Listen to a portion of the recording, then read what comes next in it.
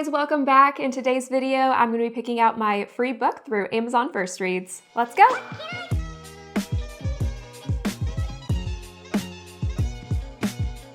Okay, so if you are unfamiliar with Amazon First Reads, it's a benefit that you get for being an Amazon Prime member.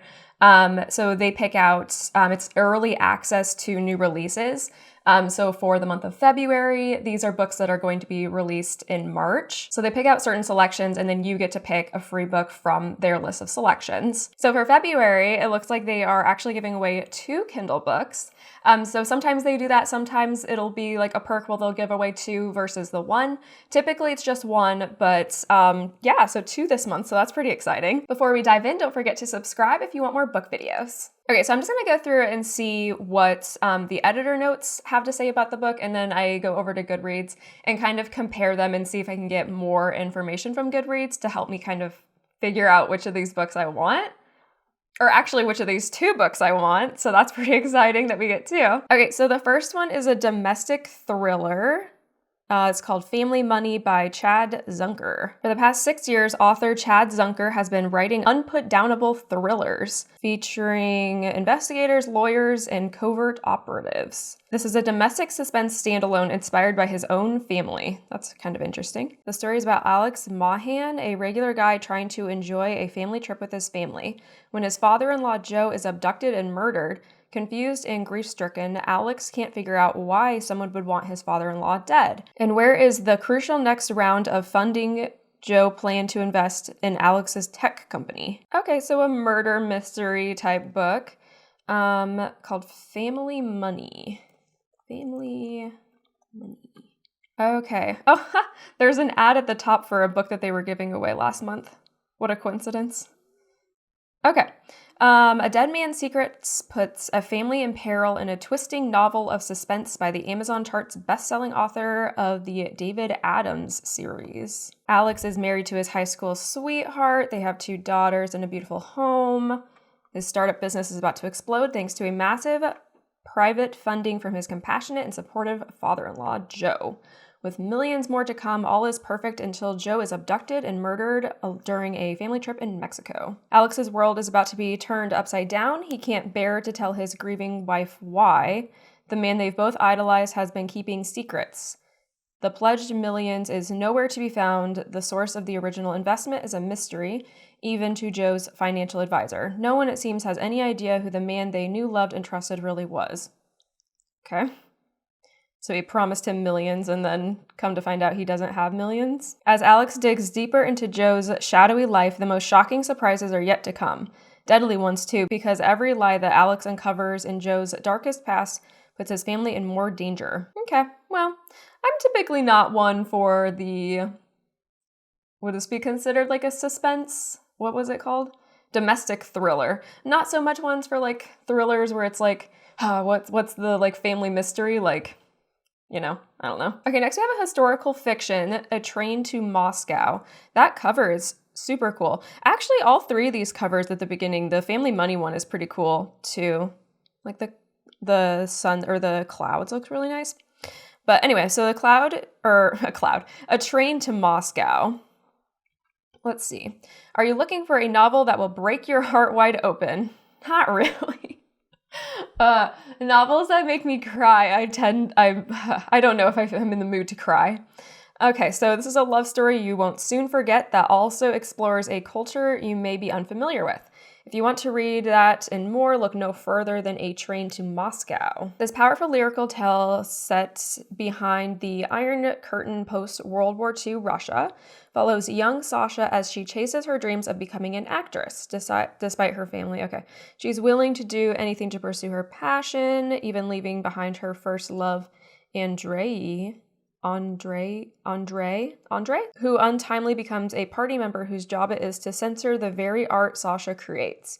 Over the years, through insights gleaned from her uncle's war journal, personal loss, and even professional triumph, and as her and Andre's paths cross time and time again, Sasha will come to realize that her life in front of the stage curtains may be more authentic than the life she is leading behind the one of iron. So this one I'm interested in seeing like over the years. So I wonder if it's going to be like a dual point of view between both of them and kind of like over the years of them being separated. Don't know if this is like a love story or... Okay, so this one only has 17 ratings so far, 4.41. So same kind of thing, World War II Russia.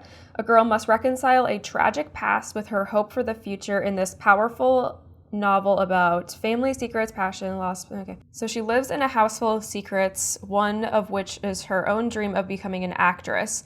When she leaves for Moscow to audition for drama school, she defies her mother and grandparents and abandons her first love. Before she leaves, Sasha discovers the hidden war journal of her uncle, an artist who is still missing in action years after the war. His revelations and his tragic love story guide Sasha through drama school and cement her determination to live 1,000 lives on stage. Becomes a censor of her work as a past secret comes to life. Sasha's ambitions converge with Andrei's duties, and Sasha must decide if her dreams are truly worth the necessary sacrifice, if, as her grandmother likes to say, all will indeed be well. Okay, seems to be a lot going on in that one. Not really sure how I feel about that one. It doesn't super excite me.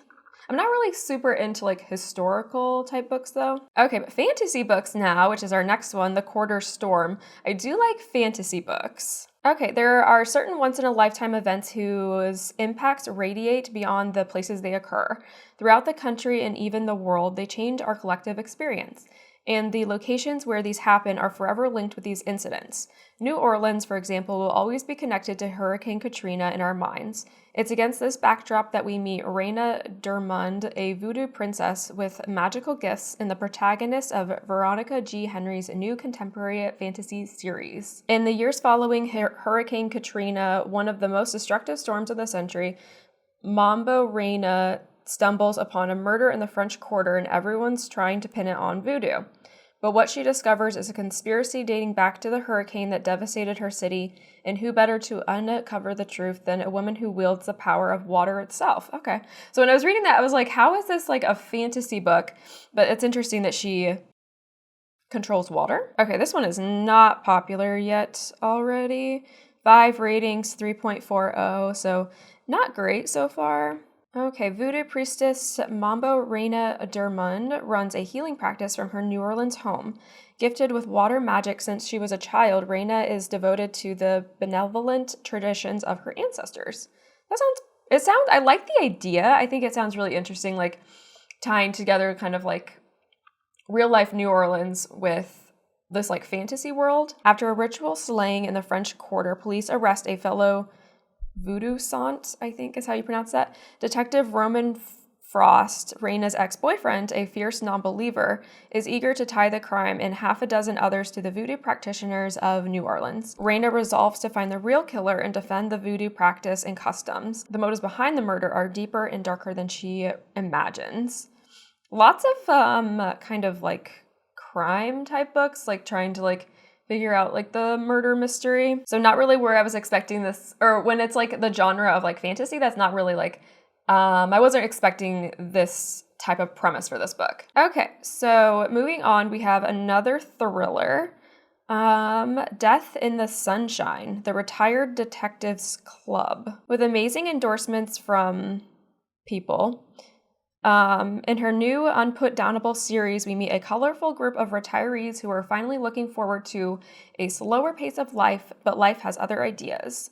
Our characters, all former law enforcement, are soon harnessing their expertise to untangle a murder right on their doorstep. Another murder book! I'm not looking to read a murder mystery book this month. All right, let's see what Goodreads has to say about this one. Death in the Sunshine. I kind of like that cover. I kind of like that title though. Okay, so another one that looks like it's going to be a series if you're interested. This is Retired Detectives Club #1. 4 ex-cops in a retirement paradise. Sure, they'll rest when the killer is caught. After a long career as a police officer, Moira hopes a move to a luxury retirement community will mean she can finally leave the detective work to the youngsters and focus on a quieter life. But it turns out the homestead is far from paradise. When she discovers the body of a young woman floating in one of the pools, surrounded by thousands of dollar bills, like $1 bills, or like, what kind of like, is it just like ones just floating around her in this pool? Her crime-fighting instinct kicks back and she joins with fellow ex-cops and new neighbors, Philip, Lizzie, and Rick to investigate the murder. How convenient that these 4 ex-cops just happen to be living in the same neighborhood. Okay, well, like I said, not really feeling the murder mysteries this month, or really any month. Okay, so we have a memoir, North to Paradise. Get ready to settle in because this is one of those books that you'll want to read all at once. Okay, I like that.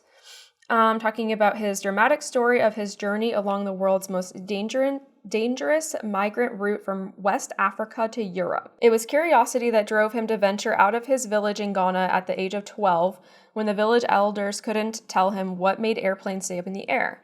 He was a confident and resourceful kid who hungered for knowledge and adventure, so it seemed perfectly natural for him to set out for Europe, following the route so many others had taken him before. At 12? Goodness. He did not expect the suffering that was in store for him, nor the stream of almost insurmountable challenges he would encounter along the way. And when he did find himself in Spain after 5 years of laboring to get there, my gosh, what?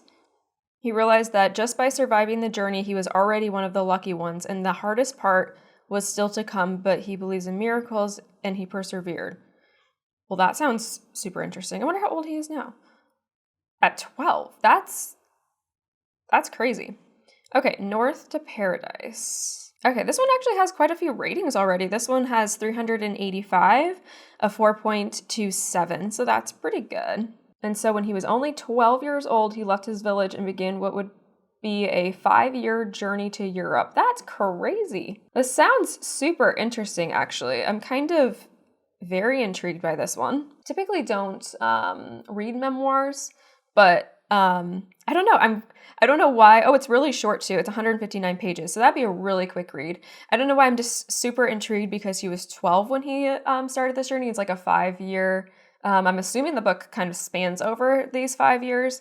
So yeah, I'm actually really interested in this one. Oh, good. We have a romance book. I was hoping there would be a romance because the last few months they haven't had any true romance books, and that's kind of been a bummer. Okay, so this one is The Astronaut and the Star.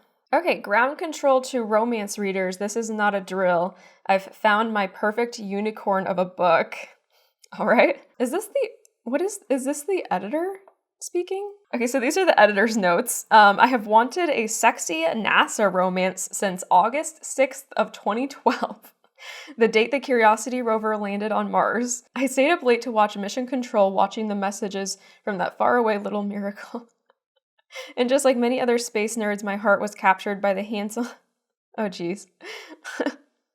Okay, so this editor is excited. The pride of being a part of a team that accomplished something so far out of this world, sorry about the pun, was just so attractive, so compelling, and contagious.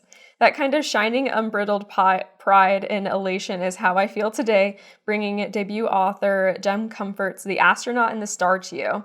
This book is special, my friends. Jen writes sharp-driven women who are excellent at their jobs. Okay, I like that. I do like a strong female character. She writes tender, somewhat goofy heroes who aren't afraid to talk about their feelings. She does all of it with fizzing dialogue, fascinatingly detailed settings, and an effortless buoyancy that makes me feel as if light were floating around in zero gravity. Okay, but what's the book actually about? I don't really care about the editors being like, I'm so excited about this book. What's it about? 37 ratings, 4.38. Out of this world romantic comedy featuring an astronaut tasked with training a Hollywood actor for a space flick. See, I don't really understand. That's why I go over to Goodreads and also read what Goodreads the actual telling me what the book is going to be about. Because I don't really care about your editor notes being like, I'm so excited to read this book because I've always wanted a book about an astronaut. And it's like, okay, but tell me what the book is actually about. Your editor notes are not making me want to read this book. Okay, astronaut Reggie Hayes wants to be the first woman on the moon. It's all she's ever dreamed of, but after a PR disaster, Reggie is off the list for a lunar mission. To rehabilitate her reputation with NASA, she agrees to a different kind of assignment: astronaut training with a Hollywood action hero. John Leo is a charmer with credits that include a underperforming sitcom and a campy action flick called Space Dude. His upcoming role in a prestigious movie could prove he's a star. But John isn't just big muscles and otherworldly smile. He's also a total space nerd. He's pumped about his own personal space camp until he meets ice-cold Reggie. Although Reggie and John are polar opposites, so actually I kind of am into this a little bit. I do like the like grumpy sunshine trope. But usually it's the guy that's the grumpy and it's the girl that's the sunshine. So I kind of like that this is like flipped. I don't think that I've read one before where they're flipped. Although Reggie and John are polar opposites, their mutual attraction is undeniable, and it only takes a few weeks in close quarters for them to give in to its magnetic force. John is set on convincing Reggie this is a match made in the heavens, but her future is in space, and his is among the stars of Hollywood kind. The odds of successfully launching a real relationship outside the confines of training base are anything but optimal. Reggie, content with keeping things casual, is forced by a sudden turn of events to confront the possibility of losing John forever. Now she'll do whatever it takes to win both the man and the moon. Okay, so it sounds cheesy, but I'm actually kind of into it. And I actually wish that the editor notes would have been better and that they would have actually told us what the book was about, because that kind of irritates me. If I would have been going off of the Amazon First Reads book, I would have been like, not interested, but I don't know, I'm kind of interested in it. She aimed for the moon and fell for a star. It sounds cheesy. I like that. We have a book club fiction, Like Me. Okay, this novel is not for the faint of heart. All right? This is a devastating story of Mickey, an aspiring model who goes down a social media-fueled rabbit hole of obsession, narcissism, and self-destruction. Though beautiful, cunning, and privileged, Mickey hasn't quite reached the fame she so desires. To numb her growing despair, she spends her days manically refreshing her Instagram feed, where she obsessively tracks the comings and goings of Insta-famous model Gemma Anton. Mickey is mimicking their shamelessly performative posts, drawing hundreds of thousands of new Instagram followers. These same followers can just as easily turn on her. It's not easy to watch her make these terrible mistakes, but Mickey's story is told with such sensitivity that I couldn't help but completely lose myself in the pages. I found myself just as seduced as Mickey by the candy-coated, glittery world she so desperately wants to be a part of. And I was just as shattered when she realizes what the world has done to her. Okay, that actually sounds really good. I'm actually pretty interested in this one. Like Me. Oh, doesn't even pop up. What was that lady's name? I kind of am interested in the fact that we're gonna be watching the main character kind of like spiral. Like, I feel like it'd be kind of like sad to read, but at the same time, interesting. Okay, so this one actually doesn't have like super great ratings yet. It's at 3.42, 206 ratings. Okay, so I think it's a really interesting idea to write a book about kind of like the dangers of social media. Instagram offers a tantalizing portal into the world she wishes she inhabited. She is beautiful, cunning, and privileged. She finds herself stalled in a stalled modeling career, an escalating drinking problem, few friends, and next to nothing in the bank. To numb her growing despair, she spends her days frantically refreshing her Instagram feed, obsessively tracking the movements of Insta-famous model Gemma. Okay, Gemma is a perfected version of Mickey. She studies every detail Gemma offers through the window of her phone, trying to absorb, learn, mimic, become the object of her growing fascination.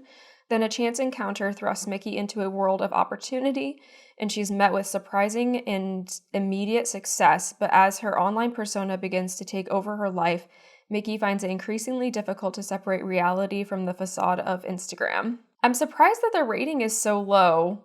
And that kind of makes me want to almost read it more, because I do think that the premise of the book sounds intriguing, but I'm curious if it's not well executed since the ratings aren't super great.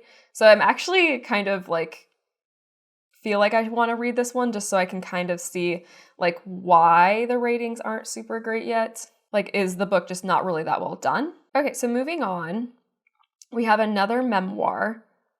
Right? That one was a memoir, and this one's a memoir. The Fallen Stones by Diana Marcum. Reading The Falling Stones is like taking a fascinating vacation to a wondrous place alongside your funniest, most charming friend. Okay. When Diana Marcum first told me about the Fallen Stones butterfly farm, a seemingly fairy tale type of farming I never knew existed, I couldn't believe it. It existed, she insisted, in Belize and amid the Mayan ruins. There's a passionate, eccentric millionaire at the helm, she explained, who may or may not have gnomes inhabiting his London estate, but the farmers are rooted in Belize. They are dedicated to breeding the electric, ethereal creatures to ship around the world and are passionate about preserving the rainforest they know and love. This doesn't sound like a memoir. What? Both hilarious and heartfelt, this story will bring you along as Marcum discovers the world of butterfly farming, plunging herself into unearthing the heart of a frail industry. I've never heard of butterfly farming before. I'm intrigued. In beautiful and dangerous foothills of Belize, the farm must survive many elements: forest fires, human greed, and of course a pandemic that threatened to topple its existence. Okay, so did she go to this butterfly farm? I'm kind of into that. The Fallen Stones. The Fallen Stones, chasing blue butterflies, Mayan secrets, and happily ever after in Belize. 4.29, 14 ratings. This doesn't say how long it is. I don't know if this is going to be like another short, quick memoir, or... Atop a hill in the rainforest of Belize, next to the ruins of fallen civilization, a butterfly farm raises the brilliant blue morpho. What starts out as the worst vacation ever turns into a quest to learn more about the first of its kind farm when journalists inadvertently discovers this wildlife sanctuary, which is supported by an international live butterfly trade. She quickly becomes acquainted with Clive, the whimsical British millionaire, whose childhood passion created an industry, and Sebastian, the Mayan farm manager, whose stern expression bellies a soft heart. Before long, Diana and her partner Jack Moody, new to being a couple, have moved into a long empty jungle house with bats, scorpions, toucans, iguanas, and the vulnerable but resilient butterflies. Just ahead, although they don't know it, are a hurricane and a global pandemic. This sounds all over the place. This warm, funny tale of finding a way forward when the world seems to be falling apart is filled with the beauty of the natural world and a heartfelt cry to protect it, beginning with butterflies. I feel I'm kind of like, this is a memoir? That doesn't really, it feels like a fiction book. There's a lot going on here, and I'm kind of really interested, and I feel like this would make almost like a good documentary. I want to know more about this butterfly farm. Okay, so last we have, so they always do a children's picture book. I never pick it, but it's nice that there's the option. So this is Not Enough. The drawing looks super cute. I love giving presents, but there are occasions when I go down a million paths and nothing seems quite right. So I can relate to the conundrum faced by these fun, fuzzy orange and purple pals who try over and over to find a gift that expresses what they feel. One wants to give something big and cool, while the other searches for something from the heart. Okay, sounds like a cute little children's book. But like I said, I don't pick the children's book. So and that's it. Yeah, that's it. Okay, so I think like I said, I am very interested in this romance one. I like that it's kind of a reverse Grumpy Sunshine trope, and I'm intrigued by the story. So I'm definitely going to pick the romance one because it's romance, and that's what I pick. And then the second one, because you get to this month, which is kind of exciting. The second one I'm going to pick, actually, I think is Like Me. I'm really curious by that one on why it so far doesn't have super great ratings, because I think the premise of the book is actually very interesting. So I'm curious if the book just isn't executed well or why it doesn't have great ratings. So I want to check that one out and kind of see for myself how it is. Okay, so those are all of the Amazon First Reads options for this month. Again, you get to pick out 2 if you are a Prime member for free. Let me know in the comments below which of these books you picked for this month. Thanks for watching. Don't forget to like and subscribe, and we'll see you next time. Bye!